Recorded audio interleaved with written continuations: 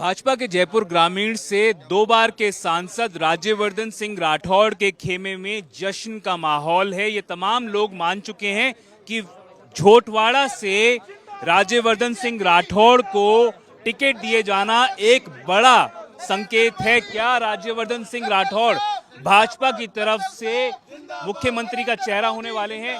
राज्यवर्धन जी, आपके सारे समर्थकों ने मान लिया है कि ये बड़ी जिम्मेदारी आपके हाथ लगी है। क्या बीजेपी अगर जीतती है तो राज्यवर्धन सिंह राठौड़ राजस्थान का मुख्यमंत्री बनेगा? देखिए, ये जो मुख्यमंत्री के जो चेहरा और मुख्यमंत्री का नाम, पहली बात तो पूरा काम एक टीम वर्क से होता है और पिछले 5 साल में राजस्थान का जो बेड़ा गर्क हुआ वो इसी कारण से हुआ कि एक मुख्यमंत्री कौन रहेगा, जबकि मुख्यमंत्री बनाया हुआ था लेकिन उससे संतुष्ट नहीं थे और इस लड़ाई में जनता का चेहरा बिल्कुल भूल गए। तो मेरा ये मानना है कि प्रधानमंत्री मोदी जी का जो अमृत काल का विजन है, उस अमृत काल के विजन को जमीन तक पहुंचाने में राजस्थान पूरी तरह से भागीदार रहे। देश के इस अमृत काल में उसके लिए एक टीम वर्क की जरूरत है। और अगर आप कहें कि चेहरा क्या परिभाषा है हमारे काम की, किस तरह से हम काम करेंगे, तो वो परिभाषा एक शब्द में मैं कह सकता हूँ, मोदी। राठौड़ साहब, आपने 2014 में टिकट मिली सांसद के चुनाव की, वो आपने जीता। 2019 में फिर टिकट मिली, वो भी आपने चुनाव जीता। तो ये जो टिकट मिली है झोटवाड़ा से, इसको आप प्रमोशन मानते हैं या डिमोशन मानते हैं? बहुत बड़ी जिम्मेदारी है और बहुत शानदार अवसर है। देखिए, अलग अलग, सबसे पहले सेना में रहा है, फिर खेलों में रहा, फिर उसके बाद एमपी बना, फिर मंत्री बना। अब एक ये और कमी थी, अब यहाँ पर भी काम करने का मौका मिला। बहुत ही फोकस्ड अप्रोच है। देखिए, सांसद का एक अलग जिम्मेदारी रहती है, लेकिन एक विधायक की एक तरह से मैं कहूँ तो राजस्थान पे और ज़्यादा फोकस हो गया है, बहुत स्पेसिफिक फोकस आ गया है और एक विधानसभा के ऊपर फोकस आ गया है। तो आपका काम और जनता का रिस्पॉन्स वो बहुत इंटीमेट हो जाएगा, बहुत 1 to 1 हो जाएगा। राज्यवर्धन सिंह राठौड़, दिया कुमारी, किरोड़ी लाल मीणा, ये वो नाम है भाजपा के जो सांसद हैं वर्तमान में, पर इनको टिकट दी है। राजस्थान में भाजपा की सरकार नहीं है वर्तमान में, फिर ऐसा क्यों किया गया है? क्या उद्देश्य है पार्टी का आप सांसद लोगों को टिकट देने? मैं सिर्फ आकलन कर सकता हूं, बिकॉज ये स्ट्रैटेजी तो नेशनल लीडरशिप की है कि सबसे पहले तो भारतीय जनता पार्टी जब मैदान में उतर रही है तो इस युद्ध को, चुनाव के युद्ध को जीतने के लिए उतर रही है। और हमारे कार्यकर्ताओं को भी एक ये आत्मविश्वास होता है कि हम अकेले नहीं हैं या सेम वो नहीं है। हमारे साथ जो सांसद भी होते हैं वो भी आज उतर रहे हैं हमारे साथ चुनाव में लड़ने के लिए।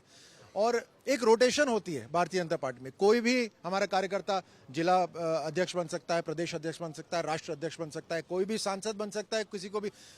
रिपोर्ट कार्ड की राजनीति के अंदर ये बहुत जरूर है कि आपने काम क्या करा है और उस काम के हिसाब से आपको जिम्मेदारी दी। कहा यह जा रहा था सर कि रोटेशन की आपने खुद बात कही, ये भी बात कही जा रही थी कि 2024 में प्रधानमंत्री नरेंद्र मोदी नए चेहरों को केंद्र में मौका देना चाहते हैं, अवसर देना चाहते हैं और कुछ लोगों को वहां से यहाँ ट्रांसफर किया गया। हो सकता है यहाँ से कुछ नए चेहरे दिल्ली बुलाए जाएं। देखिए, सबसे पहले तो मैं आपको ये बता सकता हूँ कि प्रधानमंत्री मोदी जी के साथ 10 साल काम करने में बहुत कुछ सीखने को मिलता है, उनको बहुत नज़दीक से देखने को मिलता है और बहुत सारी चीज़ें उनकी हम अपने आचरण में लाने की कोशिश करते हैं, पहली बात। दूसरा, उन्हें भी विश्वास होता है कि हम काम किस तरह से कर रहे हैं।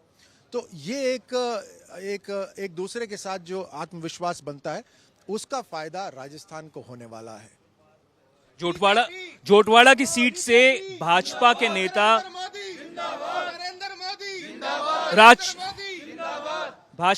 राजपाल सिंह शेखावत चुनाव लड़ चुके हैं, हार गए थे चुनाव, पर उनकी टिकट कट गई है। नरपत सिंह राजवी वसुंधरा के दोनों बेहद करीबी नेता माने जाते हैं, दोनों की टिकट कट गई है, कैसे देखें? No, I don't think so. You need to see it from that point of view. Vasundhara ji ticket distribution के अंदर पूरी तरह से साथ हैं, वो वहाँ बैठती भी हैं और उनके जो विचार होते हैं वो वहाँ रखती भी हैं। अभी तो पहली लिस्ट आई है, इसमें भी बहुत सारे ऐसे नाम हैं जो जिनका समर्थन उन्होंने करा है, तो मुझे नहीं लगता हमें इस नज़रिए से हमें देखना चाहिए। बट दूसरी बात यह है कि हाँ, ये ज़रूर है कि राज्यपाल जी एक कद्दावर नेता रहे हैं, उनकी शानदार छवि है, बहुत इंटेलिजेंट मंत्री है, जीएसटी काउंसिल के अंदर राजस्थान को रिप्रेजेंट कर चुके हैं। राजवी कहीं से भी आ सकता है, राजवी जी भी अपने आप में बहुत बड़े कद्दावर नेता हैं, बिल्कुल। इनका जो काबिलियत है, इनकी जो एबिलिटी है, वो तो भारतीय जनता पार्टी के लिए एक असेट है और उसको भारतीय जनता पार्टी कहीं ना कहीं ज़रूर इस्तेमाल करेगी। और जहाँ तक बात रही कि मुझे यहाँ मौका मिल गया, तो मुझे यकीन है कि राजपाल जी और हमारे जितने भी और प्रत्याशी हैं उन सबका समर्थन रहेगा भारतीय जनता पार्टी को जिताने में। यहाँ से जो विधायक हैं लालचंद कटारिया कांग्रेस सरकार में मंत्री हैं, कद्दावर नेता माने जाते हैं, क्या लगता है टफ फाइट होगी या आपको लगता है वॉकओवर होगा आपके लिए? नहीं, देखिए, सबसे सबसे पहले तो मैं ये कहना चाहूँगा सबसे पहले तो मैं ये कहना चाहूँगा कि राजस्थान के अंदर बेरोजगारी, भ्रष्टाचार और अपराध, चाहे कोई भी हो, मैं किसी, आपने एक विधायक का, मंत्री का नाम लिया, मैं बोल रहा हूँ राजस्थान कांग्रेस के कोई भी मंत्री हैं, पहले इस बात का जवाब दें कि राजस्थान के अंदर जिस लेवल तक बेरोजगारी बढ़ी है, भ्रष्टाचार हुआ है और अपराध हुए हैं, उसका हिसाब कौन देगा? 5 साल तक के लिए जिन 5 साल एक पूरी पीढ़ी बर्बाद कर दी, उसका खामियाजा कौन भरेगा? तो ये जवाब देना बहुत जरूरी है इन सबको। भले ही आप कितने ही कद्दावर रहे हो, आप कितने ही बड़ा नाम रहे हो, हर बार आप वंशवाद से ही जीतेंगे क्या? अपने सरनेम से ही जीतेंगे क्या? How do you look at the elections? Do you think the BJP will be triumphant? In the last 25 years, the Congress has never been able to retain power in Rajasthan while being in government. How do you look at things panning out in 2023? We are coming into Rajasthan with a massive victory. We are coming with a commitment. We are coming with Modi guarantee. We are coming with the guarantee that whatever we say, we do it. And our record, personal record, is absolutely spick and span, clean. There are a number of schemes that Ashok Gehlot has brought in, from Chiranjeevi scheme, 25 lakh rupees medical insurance scheme, to subsidized cylinder, subsidized electricity. There is a slew of schemes. Do you think the BJP will be able to counter that? No, I hope we don't counter that. You know why? Because these are just announcements. We don't want to counter announcements. We fulfill our promises. In 2014, Prime Minister Modi promised gas cylinders to families that did not ever have a gas cylinder. At that point of time, I think there were, about maybe 7 or 8 crore families that had gas cylinders. Today, it's 33 crore families that have gas cylinders, mind you.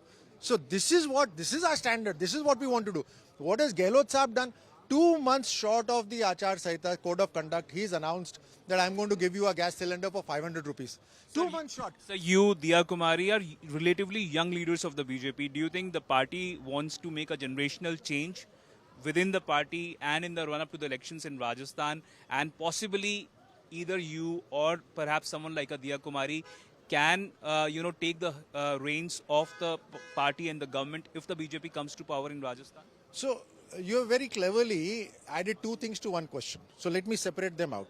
So first thing is that yes, it is possible that there is a generational change likely to happen in Rajasthan, but it doesn't take away the people who have the experience of running a government or running a state.